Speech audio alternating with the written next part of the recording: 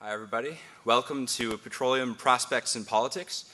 I'm Chris Milroy. I'm the conference chair, and we're very excited to have you all here for such fantastic speakers on such an interesting topic, very timely. We're going to start off tonight by hearing from our university's president, Robert Zimmer, and we're going to be, as we look across kind of the whole landscape of what we're going to be dealing with over the next 2 days. An important part to consider is the role of research institutions and policy informing institutions like the University of Chicago. And so it's important for us to hear from somebody like our president, and he will help us, I guess, look at the role that the university should be taking in forming the future of oil. So if we could hear now from the President, Robert Zimmer.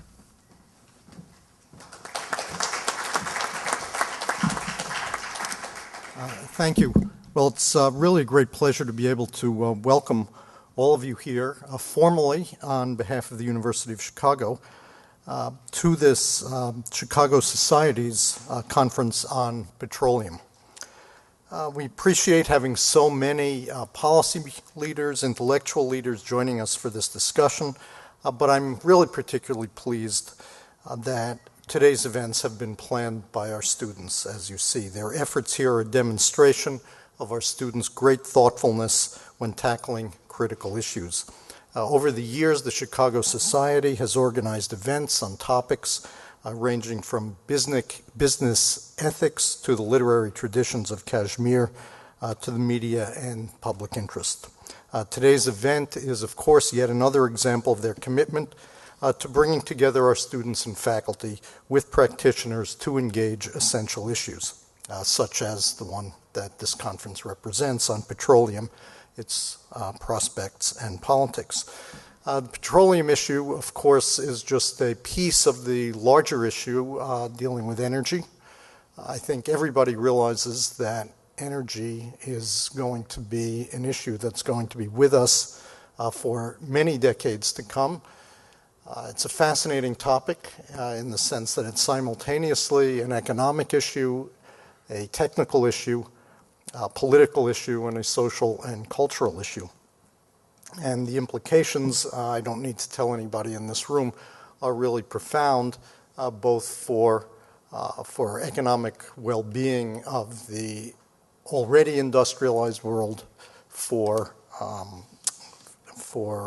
developing economies, and for geopolitical stability.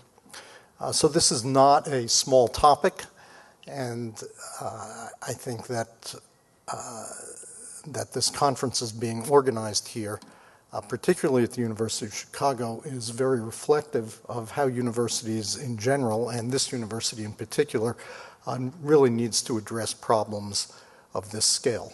One of the wonderful things about this university, and we're not unique in this way, but it certainly is a very important feature of this university, is that we've always taken the view that problems should be actually tackled on their own terms and bringing whatever disciplines are necessary to bear in order to understand these problems.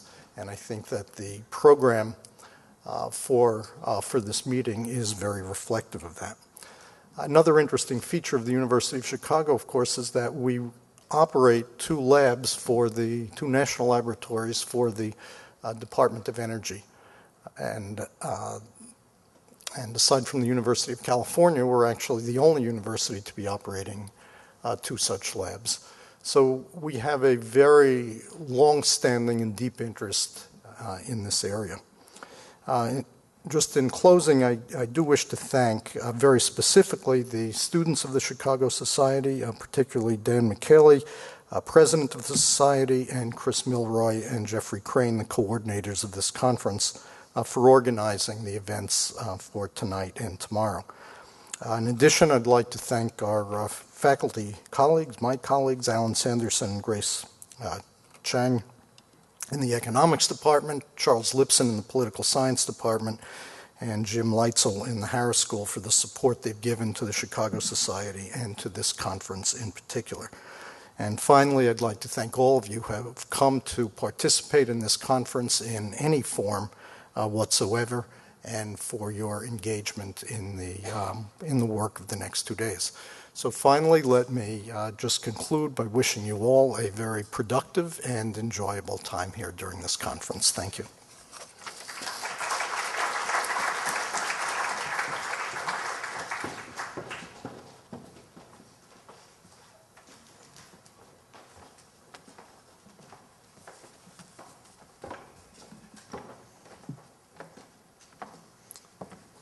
Thank you very much, President Zimmer, for your remarks. I'm Jeffrey Crane, the conference vice chair.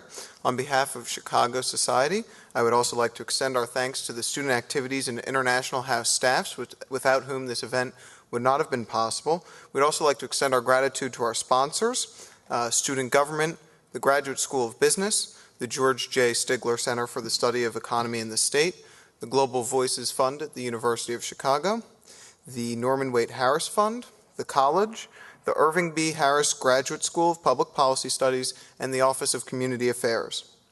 Oil is perhaps the most international of commodities. In the past century, many global conflicts have been shaped by oil. The stability of the international oil supply is of great importance to every government in the world. The reliance of the entire transportation sector on oil means that oil crises can drastically affect actions at every level, from decisions to drive or take public transportation to the cost of military deployments and inflation. One of the priorities of every government is thus to monitor events in the international sphere that affect the price and availability of oil. The role of the Office of Policy and International Affairs in the Department of Energy is to provide advice to the Secretary of Energy on these issues. It is now my great privilege to introduce our opening keynote speaker, the Honorable Alan Hegburg, Deputy Assistant Secretary of Energy for International Energy Policy. Mr. Hegburg's responsibilities at the Department of Energy cover the Middle East, Africa, Russia, and the Caspian. He has also been responsible for international political analysis at Phillips Petroleum, Amoco, and British Petroleum. Please join me in welcoming the Honorable Alan Hegburg.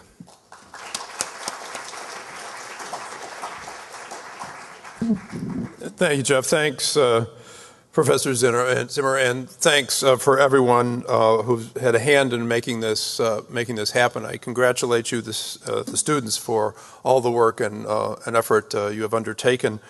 I know you're going to have an interesting time here because I know some of the participants who are distinguished, present company excluded, and I'm assuming you can have a good interchange, a debate, and perhaps shed some light on some of the issues that surround us today. I was identified as honorable, and I have to correct the record. I haven't been confirmed by the Congress, so I'm not honorable officially, and many people in my family say I'm not even honorable personally. I really enjoy coming to Chicago. Some of you may know that I claim lineage from various ethnic ancestors on the South Side, but I don't want to be typecast of being from the South Side because I've lived on the North Side, in the northern suburbs, the western suburbs, downtown, and in Old Town.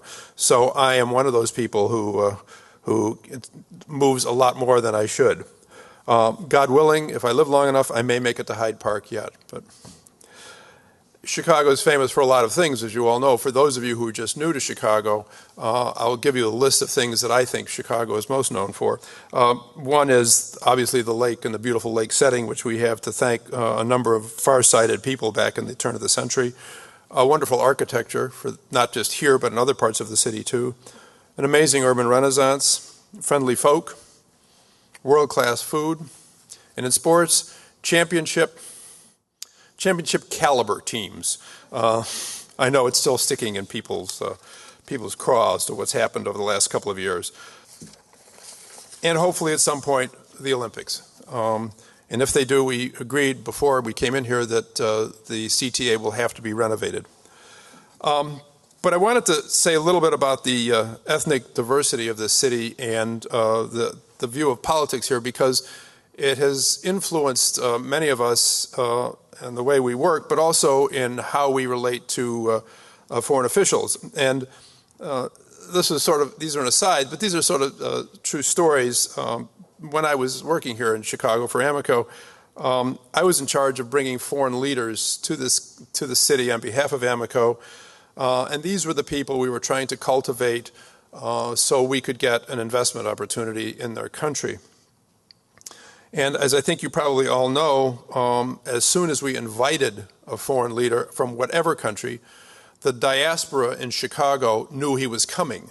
And we heard from them before we heard officially from the government that he or she was going to come for a visit, and immediately they descended upon us because they wanted to be part of it. And so we always had to find a way to make the local diaspora groups part of it. One of them was a Palestinian official who was here, and we were having a dinner for him when there were a number of people of the local Palestinian community from the city who were outside wanting to see him. And we said, well, we'll finish dinner and then he'll go out and talk with you. Well, it got later and later, and as a result, the crowd got a little bit upset. So I was sent out to try to deal with them. Now, for those of you who know about Palestinian politics, it is intensely political. It's fractured. It's debated over everything, and you're never quite sure which group you're talking to. And I thought, I'm going to go into this crowd and I will never come out because I will be caught up in this political maelstrom. Well, it turns out that they were anxious about seeing this person, and not because of political reasons, but because they were all afraid they were going to miss their last train to Downers Grove. So in this case, politics was preempted by logistics. So if you're ever going to host someone, host them early so those people who are coming in from the suburbs can get home, because otherwise they're going to be really upset. An even better case occurred with Haider Aliyev, who was the late Haider Aliyev, who was then the president of Azerbaijan. And for those of you who have studied this, this is an interesting man in a lot of ways. He went from the Soviet Politburo to president of his country, sort of in a seamless transition, but he was a very able and interesting guy. And we brought him here because we were pursuing an investment in the largest opportunity in the Caspian up to that time, and the largest one that has ever been developed. And we took him on a tour because he was an architect by training. And we had him on the lake, and so what we decided to do late in the afternoon is we would give him an architectural tour up the river. And so we had one of these boats with the top cut off. For those of you who don't know about it, there's a wonderful architectural tour that takes you up the river. And we were coming along, and at that point, the Corps of Engineers decided to release water into the river for navigation purposes further downstream, so the river was quite high. And we got to the Michigan Avenue Bridge. And it was 4 o'clock in the afternoon. And we couldn't get under the bridge, so the bridge had to be opened. So how do you get the bridge opened? Well, in Chicago, you call the mayor. Because for those of you who remember the story about snow, this is a similar story. So we called the mayor's office and we said, President Aliyev from Azerbaijan is here and we would like for you to open the bridge. And the answer was something like, who? What? At 4 o'clock in the afternoon? You want me to disrupt rush hour to let some guy I don't even know go under the bridge? Guess what? The bridge didn't get opened. At this point, people in my position see their careers disappearing, as well as the best commercial opportunity that we had in a long time. So we had to figure out how to do it. And the captain of the architectural boat came to our rescue and said, well, we'll just sort of lie down on the deck. And as a result, here we all were lying down on the deck, and we got under the bridge. As we're getting up, I can just see here is a very serious man. This is a president of a country, and he's got this smile on his face. And he said in Russian to a colleague of mine, he said, you know, the mayor was right. I wouldn't have opened the bridge either.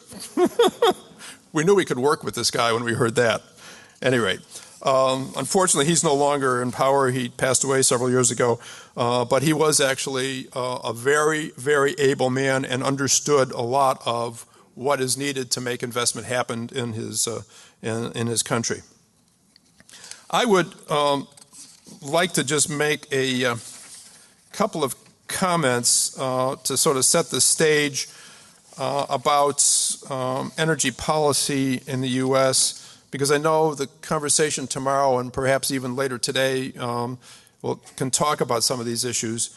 One part has to do with the transformation of the U.S. energy economy over the last 30 years. And it's not a very well-known story, but it's an important story because it actually has happened perhaps not like anybody anticipated, but certainly it's a different energy economy we live in than we did back in the 1970s. And then I would like to say something about some foreign policy decisions that were made early on that have repercussions today, and then sort of talk about how we might see the next energy transformation from this point now forward, because obviously the energy economy in the world is changing for a variety of reasons, and we can talk a little bit about what some of those reasons are. The first and the most, I think, significant decision that was made on the policy level in the last 30 years was a decision to deregulate oil and decontrol natural gas prices in this country. Up to that time, the government intervened in the marketplace for a whole host of reasons to protect domestic interests and to protect others, and as a result, we had an oil and gas sector that was not competitive and that was not economic. Now, I know there are economists here who are going to disagree with me on this, and which is fine, and I hope we can. But the policy decision to deregulate oil prices was a serious one, and it was taken by the president, which gives you an idea how serious it was. Now, for those of you of a certain age, the question always is, who decided to deregulate oil prices in the United States? Which president?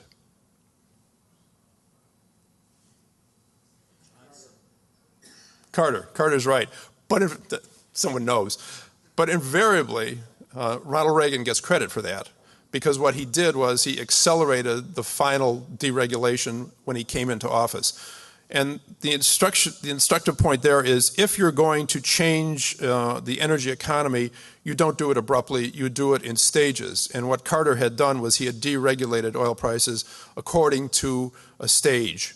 And the last stage was coming at the end of 1980, early 1981. And of course, he had lost the election, so he was on his way out and Reagan was in. He asked President Reagan if he could announce the full deregulation, and President Reagan said no, and then turned around as soon as he was inaugurated and deregulated the last, 10% of prices. Now, that's a political decision, and that's a legitimate political decision, but it's also a very important policy decision. And it took a fair amount of work to get that done, because there were people in Congress who didn't want it to happen, and there were people in the administration who didn't want it to happen. It was political leadership at the presidential level. And that has had a fundamental impact on our economy, and certainly on our energy economy. And our energy economy today, and it's not over, is certainly more efficient than it was then. We have a refining sector, for those who know anything about refining, which has fewer refineries, but larger capacity. It is world scale. Companies have invested and upgraded the refinery capacity. So we have a commercial refinery capacity that can handle a variety of crude oils, as opposed to being dependent on solely one kind or another in the past. And we have, I think, an energy economy that's fully integrated into the international energy economy. And by that I mean in a whole variety of ways, what happens internationally affects us, because the companies operate internationally. They produce crude oil, they bring it here for their refineries. It is a very large commercial market. And it's often, when discussing and thinking about energy security, people lose track of the fact that this is one of the largest commercial markets in the world, and the decisions on production and refining by companies are made independent of the government. They're made for largely commercial reasons and for profit reasons. We have stimulated additional investment in non-oil sources, and we'll talk about that later, I think, today and tomorrow. And the IOCs, or the international oil companies, left their base in the United States and invested heavily overseas. And not just ExxonMobil, but some of the smaller companies, Anadarko, Apache, these companies are investing in foreign countries, and partly because there are not enough good assets to invest in oil production now in the United States, part because they want a more diverse portfolio, part because they can get better returns. But our companies and foreign companies that work here, of which there are several, look at the marketplace in an international and an integrated manner. So they make decisions on where they're going to invest based on a wide portfolio, not a narrow portfolio. And of course, most people in the political part of the world in this country prefer everything to happen here. Well, it just doesn't work that way. And at the end of the day, it shouldn't work that way. But there's always this tension about investing here as opposed to investing overseas. The other thing that we did back in the 70s as a result of the Arab embargo, Secretary Kissinger proposed the creation of something called the International Energy Agency. And it was set up in 1974, and it still exists today. And what's important about this organization, it is a collective mechanism for all the governments that belong, almost all the OECD countries belong, to respond to an oil supply disruption. It's collective in the sense that you share the burden. It's semi-automatic. It has a very elaborate system for sharing crude oil, but that's never been used and it will never be used. The design was to share oil on the high seas, and the idea from the United States perspective was to protect us from being affected in our foreign policy in the Middle East by oil supply decisions by governments in that region. And in those days, it depended. I mean, the Arab oil embargo was launched by the Saudis, so it was conceivable it was aimed at the Saudis. What we have now is a mechanism that's still collective, but it's informal. And it's had ongoing consultations among the governments during a supply interruption to try to bring crude or product to those markets that are short. And the most recent case where this happened was in Hurricane Katrina.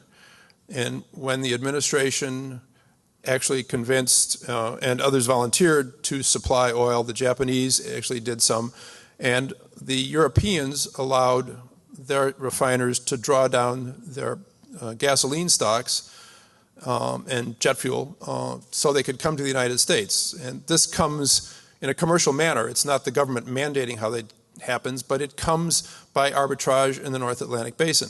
This is more than you'll ever need to know about arbitrage, but people will then, once those stocks they know are going to be available, they'll get tankers, and those tankers will come to the U.S. And they came to places that really did need petroleum product, which was in the southeast. And it was those stocks coming in from Europe, which we normally get petroleum products from Europe anyway, but these were additional ones that actually helped avoid a serious problem of gasoline shortages in certain parts of the country. And that still exists, and it's important that we keep it. The IA does a lot of other things now, but it's a foreign policy tool that exists for use by the OECD countries and the United States, and the United States is considered a leader in it, although we always do have our differences with the Germans and some of the others.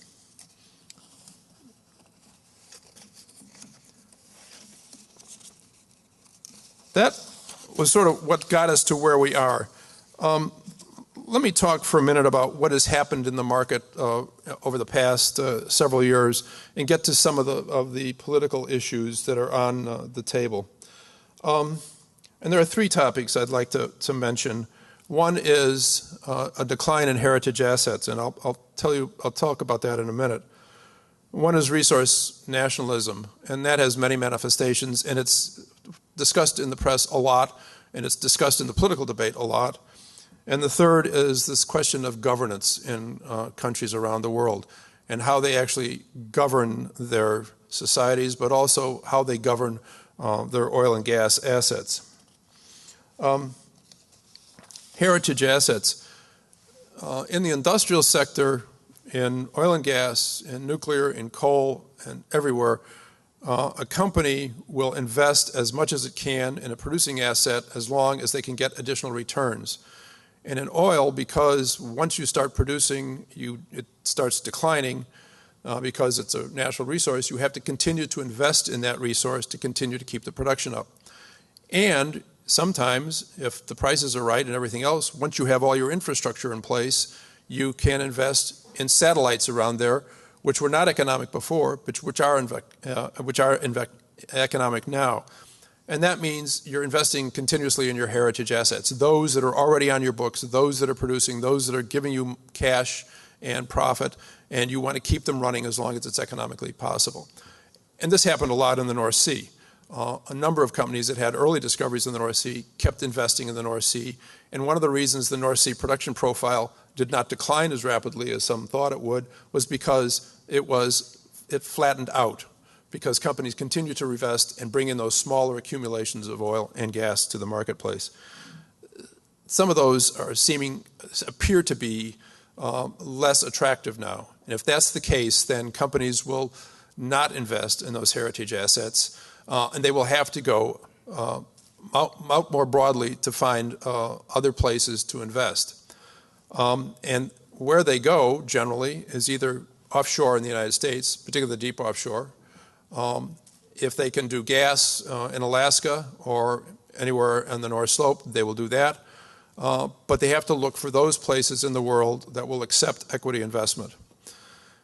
And in general, everybody in the world, with the exception of 3 countries, accepts equity investment. And those 3 countries are Saudi Arabia, Kuwait, and Mexico. Others accept it on very tough terms, and it's not attractive, or it's the accumulations are not large enough. The one that, of course, is of most interest now to most companies is Iraq. And we can talk about Iraq if you want to. Iraq has 27 producing oil fields. It has a lot of oil, and it has not been produced efficiently, economically, or properly over the past 25 years. And obviously, equity investors, when they invest, will do that. Whether they can or not is quite another question. And whether or not it can come online very fast or not is quite another question also. But it's important to see where they have invested over the last several years. And of course, the largest areas of new investment have been Russia, the Caspian, and offshore West Africa. And those investments made 5, 6, 7 years ago are now starting to bear fruit, because it takes that long to bring the production up to produce it. So the Caspian is ramping up. Kazakhstan has production. They'll have more production in a few years. Azerbaijan is adding more capacity and producing more as the companies invest to bring more online. West Africa, for those of you who know anything about Angola and Equatorial Guinea and deep offshore Nigeria, there are quite prolific fields coming online. ExxonMobil has a large field coming on next year. These are important investments. They're important because, partially because of the quality of the crude, partially because the equity investors will own rights and shares of that crude oil, and partly because if you want to use oil in a marketplace and not be reliant only on one, these are diversified sources. And in Russia.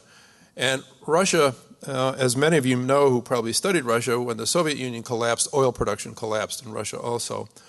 And it was brought back largely by foreign equity investors investing in fields that had been badly managed over the years. BP has done this, and that slug of oil is now coming back to the market.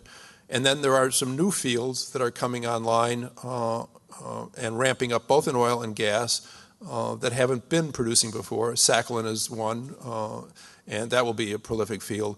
But investors have been exposed over the past several years in Russia to coercive behavior by the Russian administration, whether it's on the tax side or various other things. And the administration in Russia is clear that they want companies to essentially be national champions. And if that's the case, then the Russian companies will get preeminence. And that has worried a number of people. It worries the administration because, as we said, we like an integrated oil market that everybody is free to produce and export and do whatever they want without undue interference by the government. We have not seen that as much in the Caspian, nor in Nigeria or in Angola.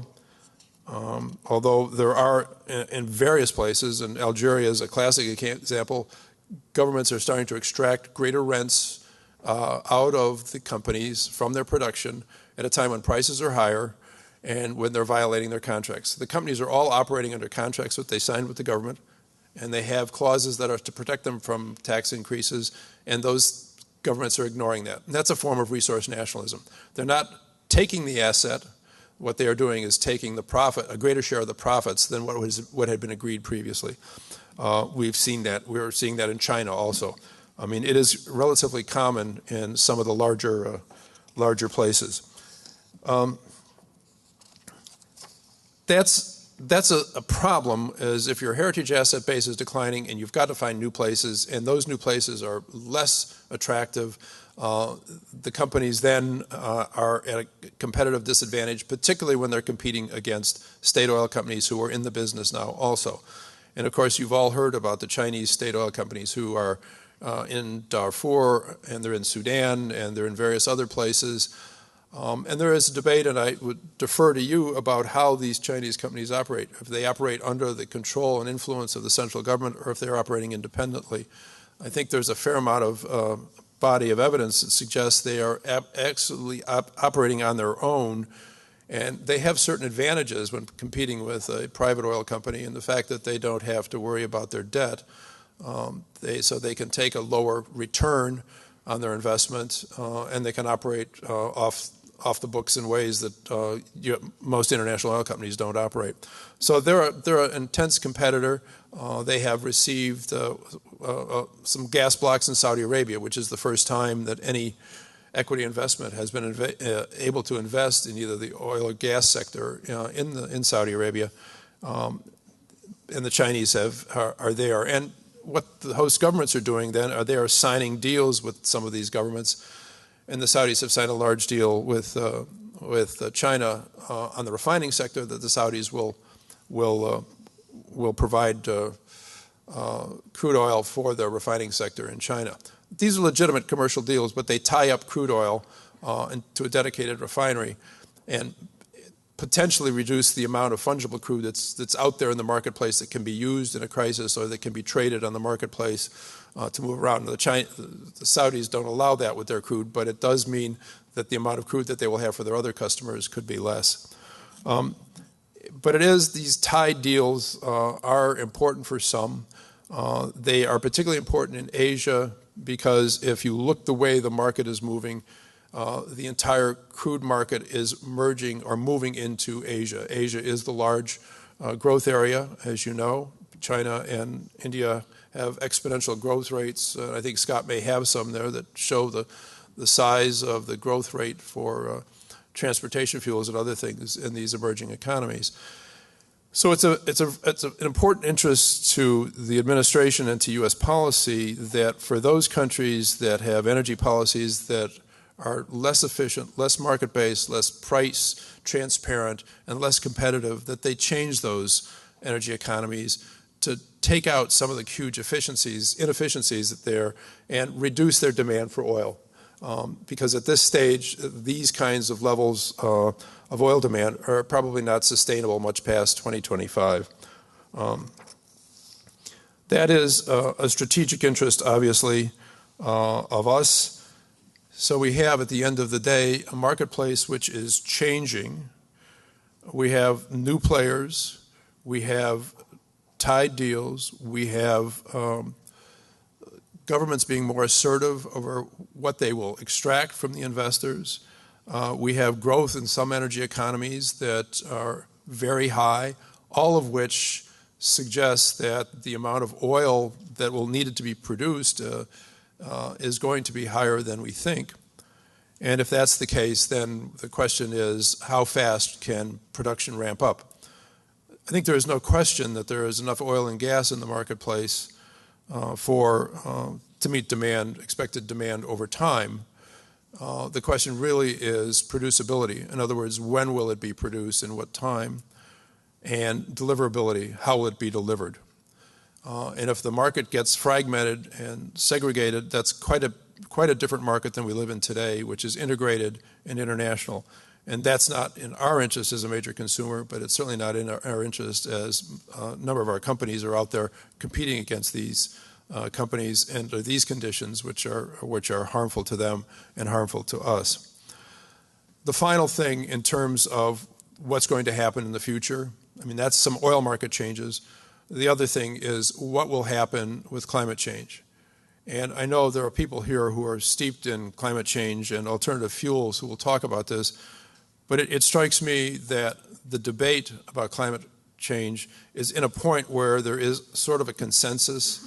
There seems to be two views that I've heard. One is that we have to do something immediately, or the tipping point comes sooner than we think, or those saying we have more time, but we have to get that transition going and do things about carbon in the atmosphere. I don't know what the answer to this is, but it is clear it's a policy issue of importance that engages governments, engages Congress, it engages companies. Companies are actively looking at ways to manage this issue, and the financial community sees opportunities in it. It is something that is stirring. It is, to my mind, and I'm sure there are people who will disagree with this, rather undefined. But what happens and in what space and how has an impact, very substantial impact on the hydrocarbon market. And that is what it's supposed to do.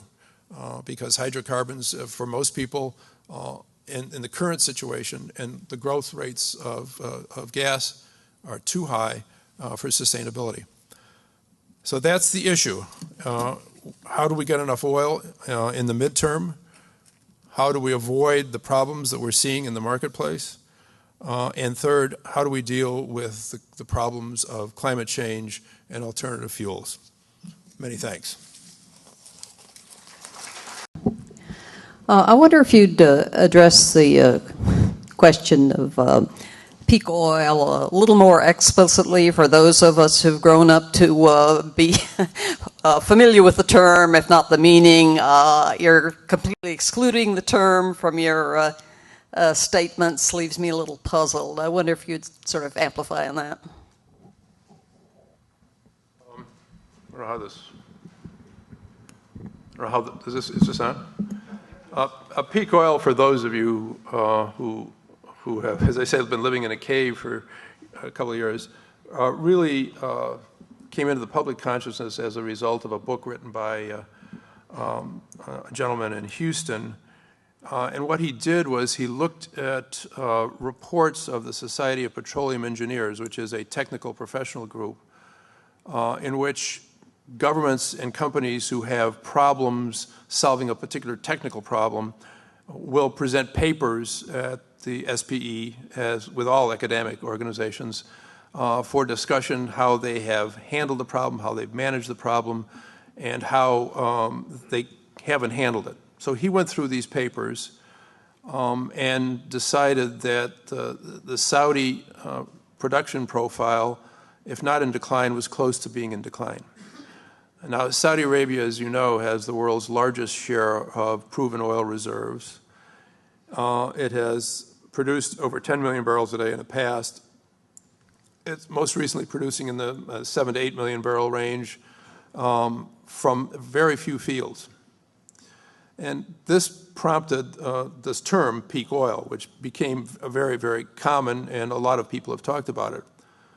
Subsequent to the stirring up of this issue, the Saudis, over the past several years, have gone out of their way to explain their production profiles, their production management practices. They have given public demonstrations. They have this wonderful dog and pony show that they give, showing exactly how they recover oil from their large producing reservoirs. And I am not a geologist, I'm not a petroleum engineer, but I've seen this a couple of times, and I've talked to a number of the Aramco, Saudi oil companies called Aramco, individuals, and they're clearly technically sophisticated and convincing. They talk in principle about something called water cut, which is the amount of water encroachment that's coming into a field, and if it gets too high, the field declines in its oil production, and their water cut numbers have been very, very low. So they have addressed the technical attack on their production programs head on, and I think they have taken some of the steam out of the technical debate. Now, whether they've taken steam out of the public debate, I can't judge, because I don't believe in peak oil. The reserve base is large, not just in Saudi Arabia, but in the world. If you look back over the last 50 years, the technology that's used in the oil and gas sector has improved exponentially, which has resulted in greater recovery rates in fields, cheaper exploration costs, easier production. I mean, there's a whole basket of technological innovation that has driven the oil sector for the last 25 or 30 years, and it continues to this day. So if you believe it is a static picture, that if you believe that the reports that he has are true, then you tend to believe in peak oil. As someone said, you know, the Stone Age didn't end because of a lack of stones, and there'll probably be oil in the ground when we're into a new energy economy. When is that going to be? I don't know, but I would argue that I don't think the peak oil issue is one that you should believe that peak oil is now happening in 2010 or 2011. I think the technical and producing evidence is quite substantial in the other way.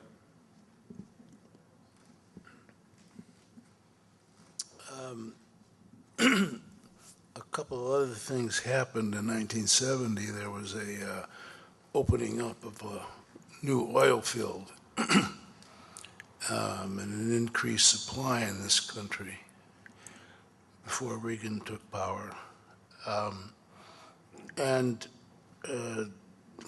Carter started several movements towards alternative energy. For instance, windmills were going up.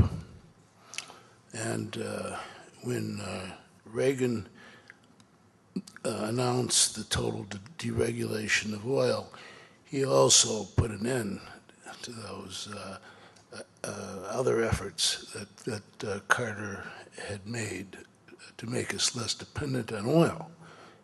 But somehow your comments don't jive with the obscene profits that are being made by the oil companies and the massive increase in our gas prices.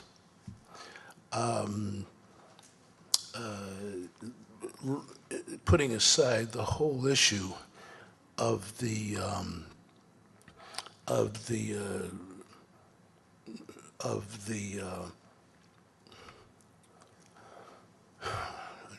deregulation of the toxicity produced from the consumption of fossil oils, it just seems to me that your picture is somewhat, it doesn't quite fit. I think it doesn't fit, let's just say, in the sense of the massive profits you're making and the massive increase in the oil prices. And I was wondering how you account for that. Well, I'm not in the financial business. I mean, in the oil sector, and I'm not going to defend or attack profits of any companies. I mean, I don't own oil stocks. I don't work for an oil company. I have no vested interest in this one way or the other. I'm reflecting on the hydrocarbon economy we live in. If the participants in that are making what you consider obscene profits, I would say, people in hedge funds do too. I mean, that's fine. I mean, there's nothing I can do about it. I'm trying to describe how a hydrocarbon economy works in the commercial sector and how companies operate. Keep in mind that in the 80s, companies actually, because it's a commodity business, didn't make obscene profits. Some of them made significant losses. Some went broke. Some went out of business. That's the nature of the cyclical business that they're in, and it's up to them to decide, as private companies, how they're actually going to manage their asset base. We were talking about this earlier, it is also true that companies have invested in alternative fuels. They've invested in technologies and academic institutions to find answers to some of the questions that are out there. So they're trying to cover all of the opportunities and costs that they see coming down the pike. I can't predict profits. I can't, speak to that. I mean, you'd have to ask a CEO or a politician about that. But I'm neither one of those. This is the way the market is.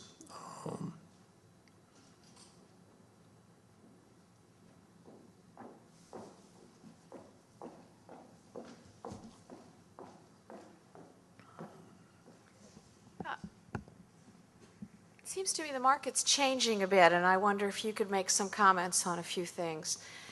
I was struck by the absence of any discussion of corporate social responsibility in your comments. And having just returned a while ago from Chad, which gets about 13% of its profits from petroleum, the rest goes to the international oil sector, and this is maybe the fourth or fifth poorest country in the world. It seems to me that there are massive challenges for both governments, all governments, consuming and producing, and for companies that are now working in areas like West Africa. And I wonder what your thinking is on issues of corporate social responsibility. What is the role of companies working in desperately poor countries, countries that are conflict-ridden? What is a fair share between consumers and producers about the profits from petroleum? I'd like you to comment on that. Well, I'm going to dodge that. I'm a U.S. government official. I can't speak to how governments run their economies. That's not my responsibility. That is true that that oil money is diverted. I mean, I'm sure of that. I don't have any proof of that, but just look around. If you say that's a problem, fair enough. If there are the various groups that are trying to get to that question, and companies have signed up for some of those. So, I mean, that seems to be underway. But if governance is the basic issue that we're talking about here, then how do you actually change the governance? That seems to me the bigger problem. How do you ensure that you get governments that are transparent and honest and freely elected and all those kinds of things? And I think there's perhaps a discussion about that tomorrow. That's a tough question. The companies that I'm aware of, when they invest, they don't invest or divert or participate in that. I mean, it's illegal under the U.S. law, but they are very careful about it, and they push for transparency. But it's not up to them. It's up to the host government.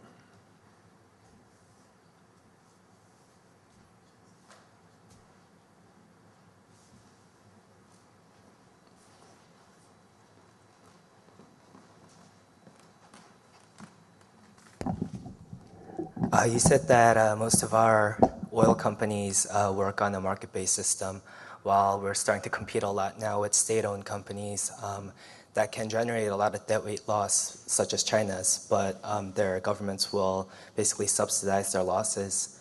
On top of that, we're losing, I guess, traditional oil fields that we had major investments in, such as the Orinoco field in Venezuela, where basically Chavez is forcing ExxonMobil and BP Amoco to seize control of those fields to PDVSA.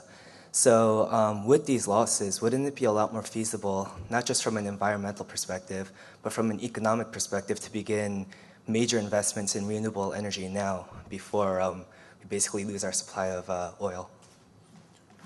Fine with me. I'd be happy to see more investment in renewable energy. I'm not sure it's a lack. I mean, there's other people here who know better than I do. I don't think it's a lack of investment, but lack of opportunities. I mean, there's been a fair amount of renewable energy investment over the past several years of different kinds. And, can that market grow? Certainly it can grow. And I don't think there's any barriers. There may be some economic competitive barriers in the internal marketplace. There may be some technical problems. There may be some infrastructure constraints. But I think the capital is there for investment in renewable fuels if it can compete and turn a profit. I think there's no question about that.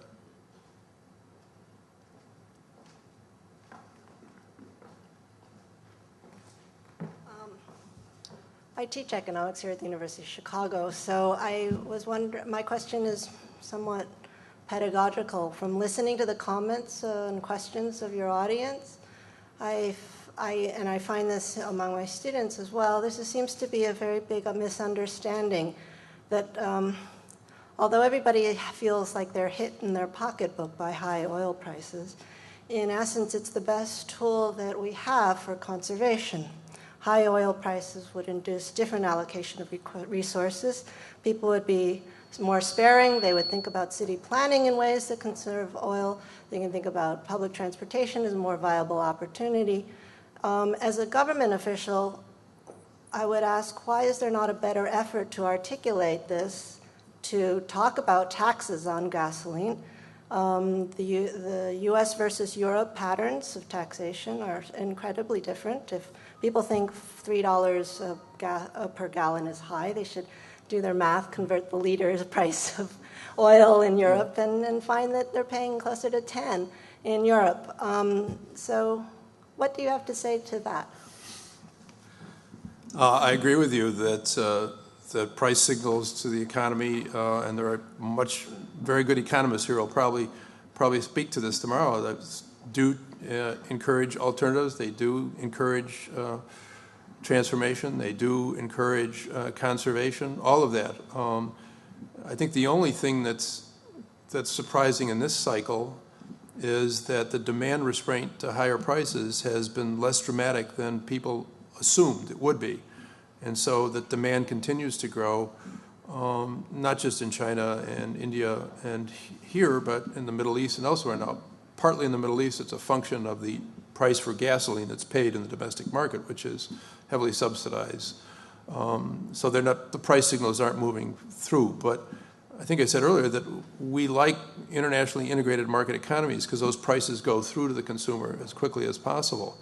And that does translate into higher prices when prices go up almost immediately at the gas pump and various other places. And to the extent that the governments don't allow that to happen, you don't get that benefit. So yes, there is that economic analysis which suggests that should happen. I'm sorry, I don't remember the second part of the question.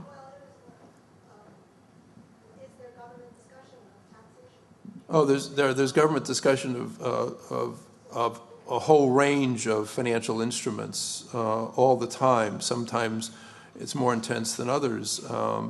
The gasoline taxation issues has been discussed in the industry and in the government for the last 35 years. For those of us who lived in Europe back in the 60s, we heard about it, that you don't tax gasoline enough. And that has been a debate in this political system for a long time, but there has never been enough of political support to move gasoline tax at the federal level up. I mean, gasoline taxes at the state level are much more substantial. But it's debated. It's constantly debated. It's probably going to be debated in the Congress now in some of these energy bills. So that is out there.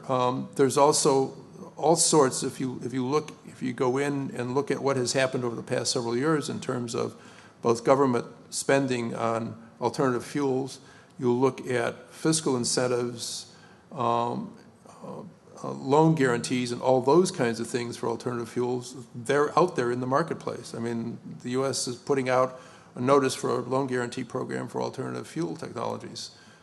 So, yes, the government is using its fiscal instruments, but taxes, as you know, are a hugely controversial issue and requires action by a whole lot of political people before it gets done.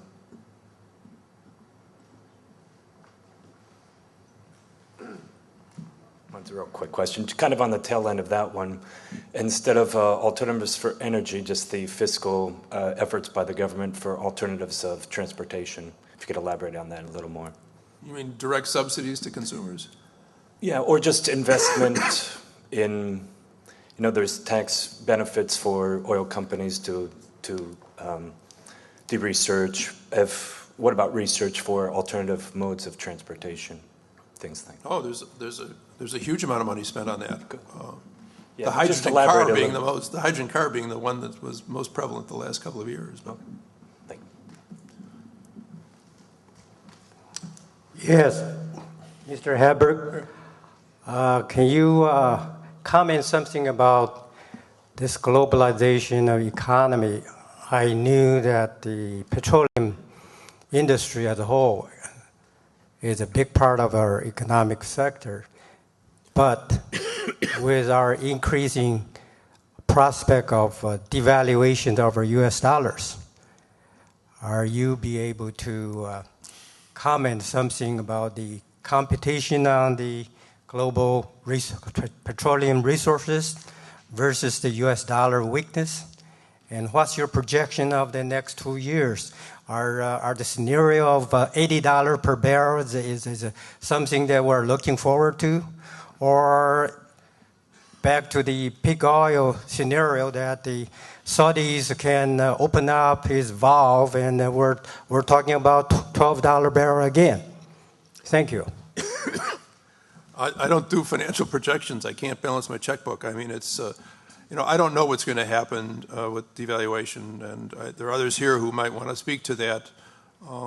And so I don't know, I don't have any idea what the impact would be on the marketplace. I assume there would be an impact on the marketplace.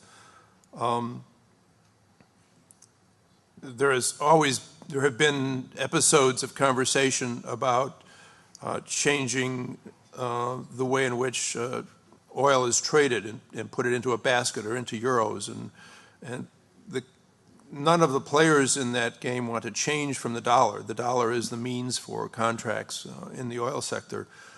There was, I think, the Iranians tried to do something with euros a few months ago. I don't know how that's played out, but at this point, people are willing to use the dollar as a medium of exchange and to hold them as reserves, although I assume that some are probably getting out of dollars and into other things as a hedge. But I have no way of knowing that, and I have no way of knowing how that market is going to work. But stay around and ask tomorrow, and you might find an economist who actually has done some thinking about that. Can you just speak for a second on the situation in Iraq? I know that there's been different reports as to what percentage of their oil fields are operational after all of the chaos that's been going on there, and whether production now is larger than production previous to the war, and what effect the overall conditions of the country have on the country's long-term capacity to be an oil-producing country that helps stabilize its own economy.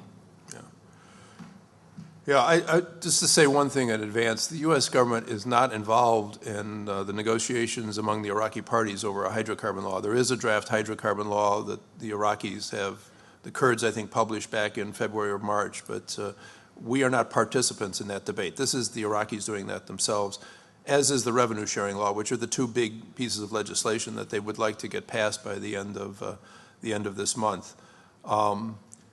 And as I understand the debate within Iraq over the law, and I'll come to the fields in a minute, there is the issue of who's going to control what. And as you can imagine, the Kurds want to control certain fields in their area, the Shias want to control fields in their area, and the Sunnis, who don't have much in the way of oil in the areas where they are principally, don't get very much. So that has to be resolved internally among the various parties. And revenue sharing, it's like revenue sharing issues everywhere, and I suspect, I don't know this, but I suspect the issue is who gets paid when. I mean, if the money that comes in goes immediately out to the regions, a certain percentage, that means that it doesn't go to the central bank, it isn't handled, and parts of it disappear into costs and everything else. So revenue sharing are tough issues in any context, and it's not surprising that they're a tough issue in Iraq. As I said, there are 27 producing oil fields and another 24 that have been discovered which aren't producing. As I understand it, and this is based solely on what you hear in the trade press, on the producing fields, some of them have been produced in a way that damages the reservoir. When producing an oil field, you have to be systematic so as to maximize the returns, maximize the recovery, and all those things. And if you don't do that and apply technology to do that, you can actually damage the reservoir. I'll just give you an example. There is a very large reservoir in Russia called Sametlor, for those of you who know Russia. And the Russians lost that reservoir because they produced it incorrectly, and it was BP, T&K that went back to bring back part of that reservoir, so that reservoir can reproduce again. It's costly to do that, and the Iraqis have hired some of the private companies to go in and look at the reservoirs, tell them what the problems are. This is very common in the trade. And then they will give them a report to the government and say, okay, this, if you want to take production from, and I'm giving, this is an illustrative example. If you want to take reservoir production from 500,000 to 600,000 barrels a day within 2 years, it will cost you $500 million, and you will have to do these kinds of things. These are the kinds of things you would apply the technology. And since there are several very large reservoirs, I assume what the Iraqis will do is we'll look at those to bring those back up as quickly as possible once they get agreement on who's going to control them and run them. What happens after they produce? Well, some of these reservoirs are very large. They have not been depleted very much, which means their life and their opportunity to produce them is quite substantial looking out into the future. And I don't know how the Iraq government will manage its resource base. It seems to me that the needs in that society are so great, the financial needs, that it would be possible, it would probably be recommended, although I'm not recommending that they would get as many of those reservoirs that can produce without damaging the reservoir up and producing as quickly as possible. That way you can maximize the revenue, which is what the society needs. I mean, people need money. The society needs money. And that could mean that you could stabilize production, say, at 2.5 million barrels a day, then incrementally up it to 3 million. And by 4 or 5 years out there, you could be over 4 or maybe even more.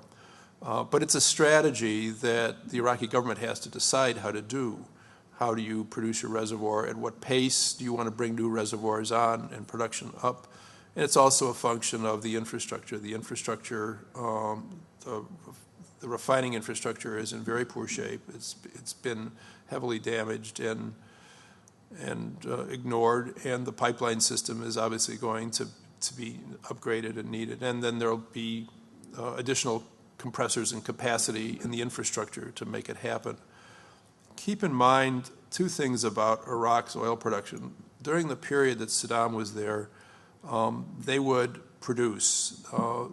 Iraq did not do a lot of seismic work or a lot of work on its reservoirs to sort of find out how much more they had, because the objective here was to produce. That was to generate cash. And so some of those damages to reservoirs date from that period when they were overproduced and badly produced under political instructions to do that. And so, to get them back up requires a fair amount of attention. Now, they may be, some of these reservoirs may be very, very good reservoirs that need very little attention and capital to bring them back, and others may need more. But until there's a systematic evaluation of them, I think it's probably too soon to say which ones will go. Now, what they've done is looked at a couple of them, and they've got some ideas from those. But it's just the point that there are places in the world that are underexplored, and if you do tend to find more in hydrocarbon-producing provinces because they're already hydrocarbon-producing provinces. So I would say that the outlook for the Iraqis over time, all things being equal, are quite encouraging. Getting up there systematically and without any problems, security problems, and continued fighting could prove a real challenge.